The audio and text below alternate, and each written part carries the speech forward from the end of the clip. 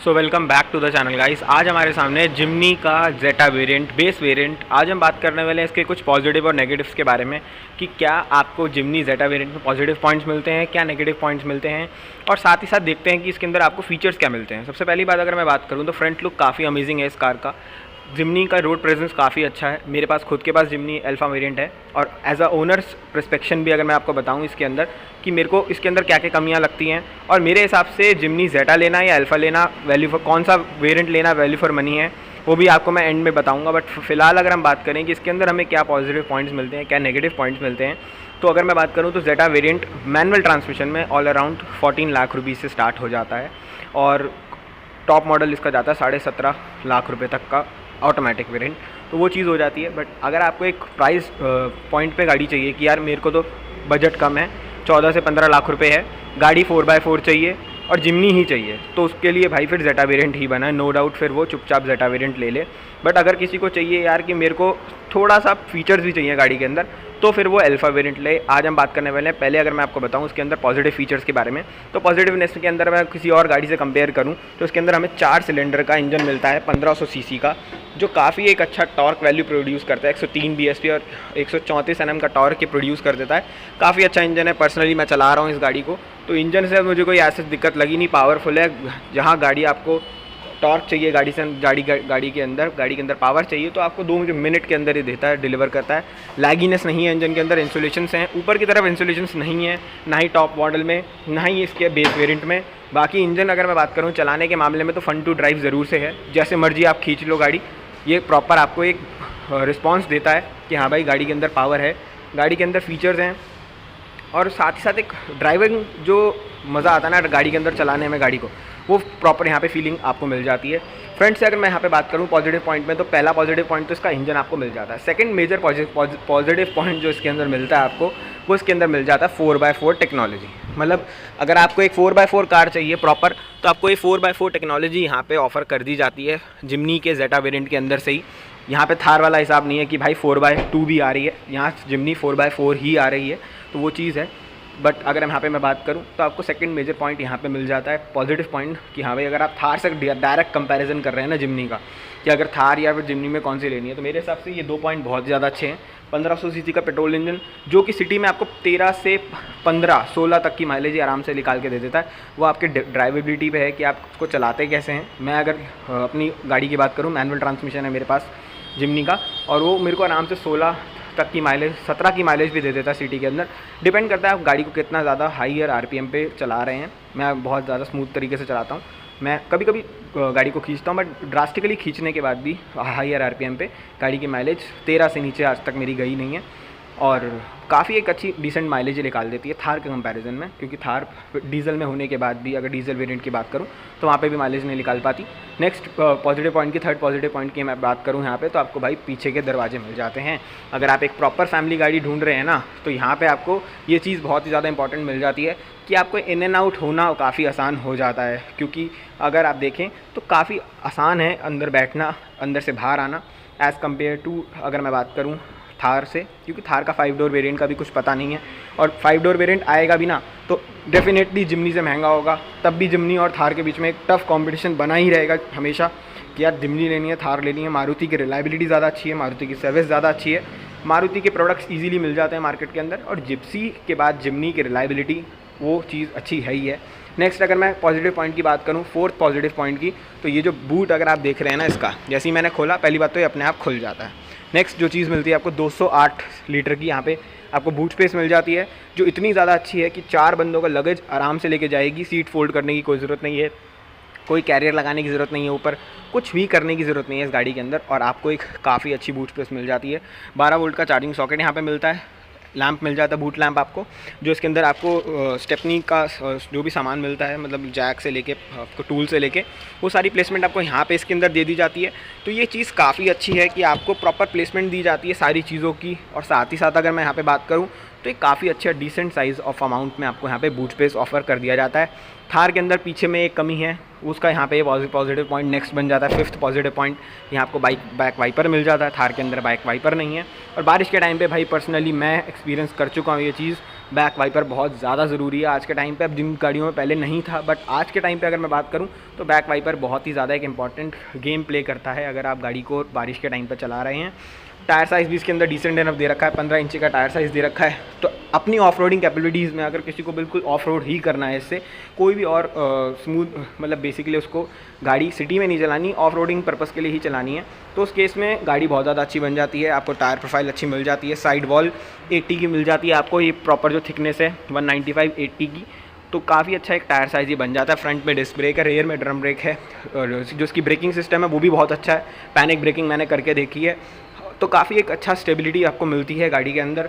गाड़ी डिसबैलेंस नहीं होती हाई स्पीड पे, और 100 से ऊपर भी मैंने चला के देखी है, 100, 110, 120 भी चला के देखी है हाईवे पे, तो कोई दिक्कत मेरे को ऐसा लगी नहीं कि हाँ भाई गाड़ी में अंदर डिसबैलेंस हो रहा है, या फिर थार के अंदर जो प्रॉब्लम है कि गाड़ी के अंदर हवा आ रही है कहीं से, तो वो चीज़ है कि इसके अंदर वैसी कोई प्रॉब्लम्स नहीं है। लास्ट एक पॉजिटिव पॉइंट की यहाँ पे अगर मैं बात करूँ तो आपको यहाँ पे ये जो ऊपर आप रूफ देख रहे हैं ना, ये मेटल में मिल जाती है। ये एक बहुत ही ज़्यादा बड़ा पॉजिटिव पॉइंट है, क्योंकि थार के अंदर जो आपको रूफ़ मिलती है वो एक आपको प्लास्टिक रूफ़ मिलती है, चाहे आप ABS कह लो, बट है तो एक प्लास्टिक मटेरियल ही, मेटल मटेरियल तो है नहीं।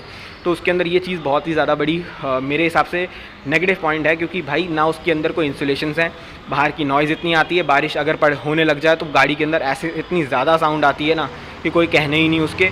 और साथ ही साथ अगर मैं बात करूँ, कोई भी आपको सेफ्टी नहीं है छत के ऊपर, अगर आप गाड़ी के अंदर बैठे हो ऊपर से कुछ गिर जाए तो छत तो 1 सेकंड में टूट ही जाएगी। यहाँ पे एटलीस्ट कुछ मेटल यूज़ किया गया है, तो मेटल दब जाएगा बट आपको अंदर है तो एटलीस्ट ये सेफ़ रखेगा। रोल ओवर अगर मैं बात करूँ तो रोल ओवर गेजेस उसके अंदर दे रखे हैं थार के अंदर, बट फिर भी जो एक छत जो होती है ना, वो मजबूती मेरे हिसाब से बहुत ज़्यादा अंदर होनी चाहिए, तो वो उसके अंदर आपको नहीं मिलती। तो ये चीज़ एक मेजर नेगेटिव पॉइंट बन जाता है थार का, यहाँ पे इसका पॉजिटिव पॉइंट बन जाता है। ये तो कुछ थे इसके पॉजिटिव पॉइंट। बात करते हैं इसके नेगेटिव पॉइंट्स की।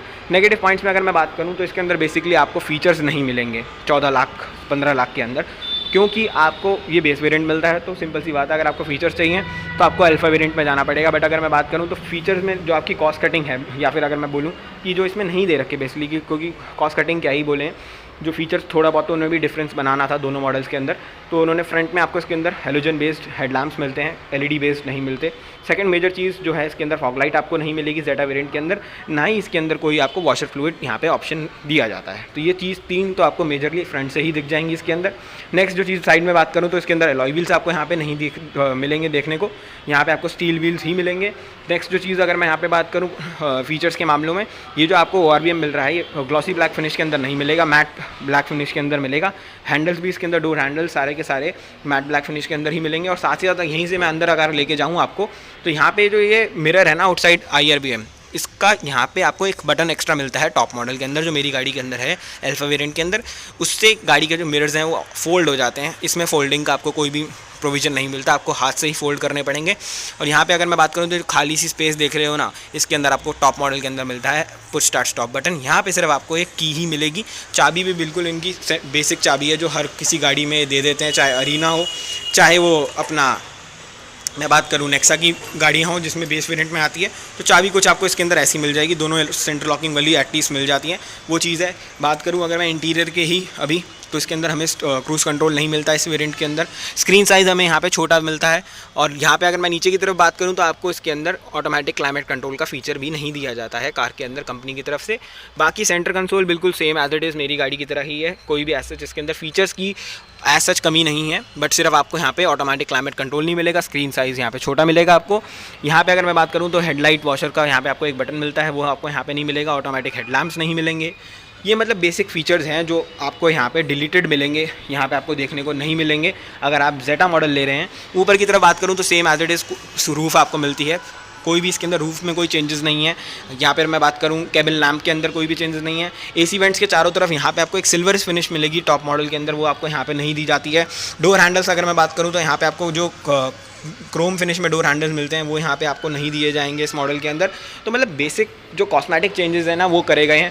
अब ये जो कॉस्मेटिक चेंजेस हैं किसी को इफेक्ट करते हैं, किसी को इफेक्ट नहीं करते, वो आपके पर्सनल चॉइस है कि भाई आपको वो फीचर्स चाहिए या नहीं चाहिए। रेयर में एज सच कोई भी इसके अंदर चेंजेस नहीं है।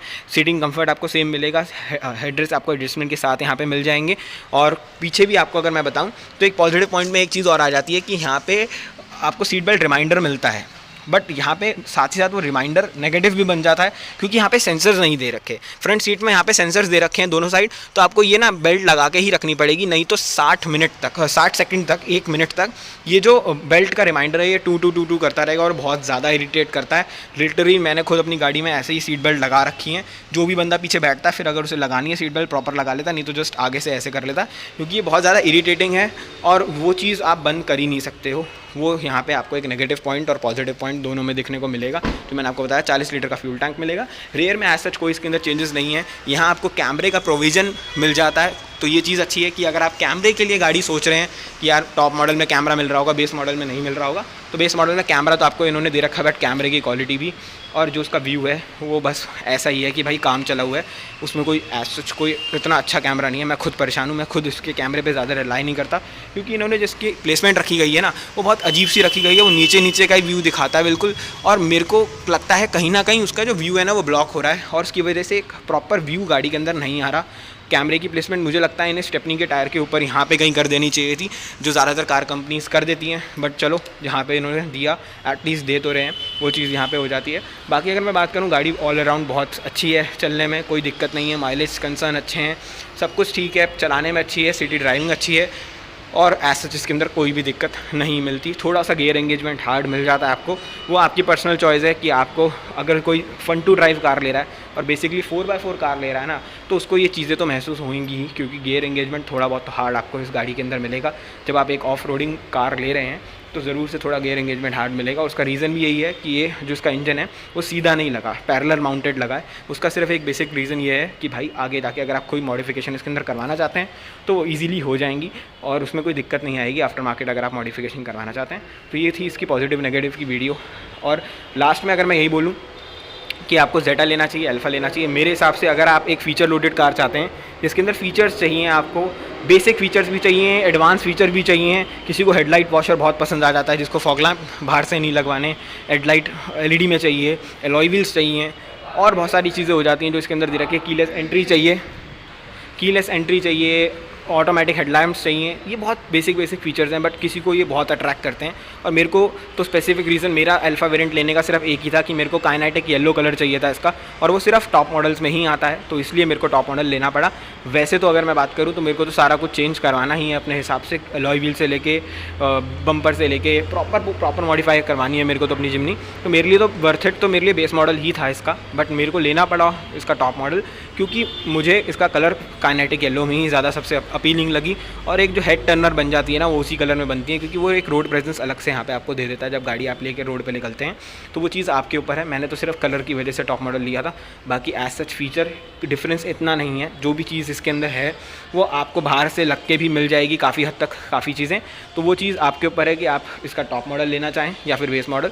आपके बजट के ऊपर है बेसिकली कि आपका बजट कितना है गाड़ी को लेने के लिए। अगर आप बजट एक्सटेंड करना चाहते हैं तो 16.5 लाख रुपये की आपको अल्फ़ा मैनुअल वेरिएंट पड़ेगा और 17.5 लाख रुपये से ऊपर का आपको ऑटोमेटिक वेरिएंट पड़ेगा अल्फ़ा का, और 14.5 का समथिंग का इसका मैनुअल वेरिएंट जेटा का पड़ेगा जो सामने खड़ा है, और 15-15.5 का इसका आपको पड़ जाएगा ऑटोमेटिक वेरिएंट। तो वो चीज़ है, वो आपके पर्सनल ओपिनियन के ऊपर है कि आप कौन सी गाड़ी चूज़ करना चाहते हैं। तो इस वीडियो को यहीं खत्म करते हैं। वीडियो पसंद आए तो वीडियो को लाइक करना, शेयर करना, चैनल को सब्सक्राइब करना। ऐसी और इन्फॉर्मेटिव वीडियो के साथ मिलते रहूँगा। टिल देन इस वीडियो को देखने के लिए थैंक यू सो मच।